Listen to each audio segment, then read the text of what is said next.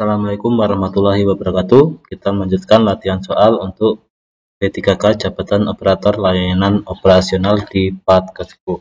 Langsung saja ke soal.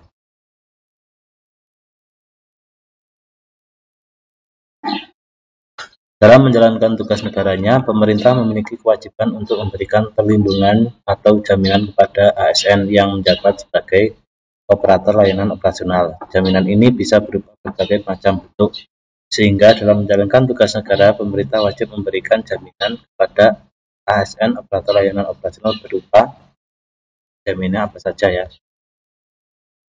Perorangan ini tidak ya, kebendaan juga tidak, katakan kerja besar, kesejahteraan ini tidak ya, juga tidak. Jadi yang betul adalah yang D, jaminan kecelakaan.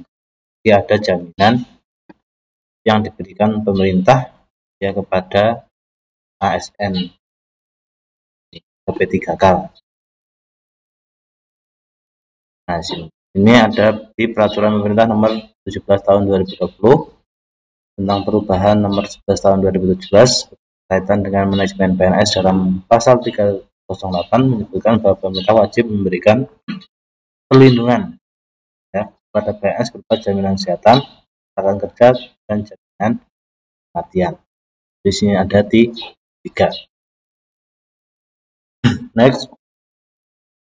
Dalam proses pembuatan kebijakan, tidak cukup hanya memiliki informasi mentah, diperlukan suatu pendekatan kebijakan yang sistematis untuk mengolah informasi tersebut menjadi argumen yang kuat dan mendukung. Pendekatan analisis kebijakan ini melibatkan berbagai metode dan teknik untuk menganalisis data, mempertimbangkan berbagai dampak kebijakan, serta mengevaluasi alternatif kebijakan yang mungkin. Dengan pendekatan ini, keputusan kebijakan yang dihasilkan menjadi lebih terinformasi, rasional, dan dapat dipertanggungjawabkan. Dalam menghasilkan informasi dan argumen dalam suatu kebijakan diperlukan pendekatan analisis kebijakan, yaitu di pendekatan untuk analisis kebijakan itu apa? Pendekatan empiris, ini semua ya, evaluatif, ini tidak ya. Kemudian pendekatan valuatif, ini tidak. Ini yang maksudnya urutannya ya. Jadi yang pertama itu yang empiris dulu, kedua baru valuatif ya. Nah, ini masih bisa ya. Nah, ini masih bisa. Yang tentu ini ya, kemudian prospek ini tidak, ini juga tidak. Yang jadi yang pertama itu pendekatan empiris dulu, valuatif, review ya, dan normatif. Ini pembahasannya. Di dalam proses pembuatan kebijakan itu ada namanya pendekatan analisis kebijakan. Untuk apa? Untuk mengolah informasi mentah menjadi argumen yang kuat. Nah, pendekatan analisis ini melibatkan berbagai metode teknik ya tadi ya. Fungsinya untuk apa? Menganalisis data, yang betul adalah pendekatan empiris, evaluatif, dan 8. Seorang operator layanan operasional yang secara bersama-sama membuat karya tulis ilmiah di bidang operator layanan operasional ya.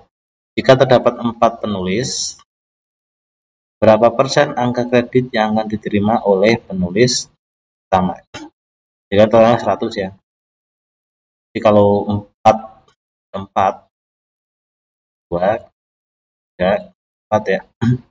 Nah, penulis utama itu akan mendapatkan 40. Yang lain 20 ya, 20. Ya. Jadi penulis utama itu nanti mendapatkan porsi yang lebih banyak, 40%. Nah, bagaimana kalau 2 penulis ya. Jadi kalau misalnya ada 2 orang penulis, maka yang utama itu 60, yang pembantu 40. Kalau 3, yang utama itu 50, pembantunya 25%. masing-masing. Kalau 4 ini maka 40 masing-masing 20 ya. Nah kalau misalnya nggak ada ketentuan penulis utama dan penulis bantu ya, jadi dibagi sama rata ya. Oke, nomor 29. Tindakan yang dilakukan oleh seorang operator layanan operasional sesuai dengan rencana tertentu. Ini bisa mencakup serangkaian langkah atau proses yang mereka ambil untuk memastikan kualitas yang memenuhi standar yang ditetapkan. Sebuah proses atau langkah yang diambil oleh seorang operator layanan operasional berdasarkan suatu rencana, tindakan tersebut masuk dalam tahapan. Jadi untuk proses ya, yang diambil berdasarkan suatu rencana itu apa?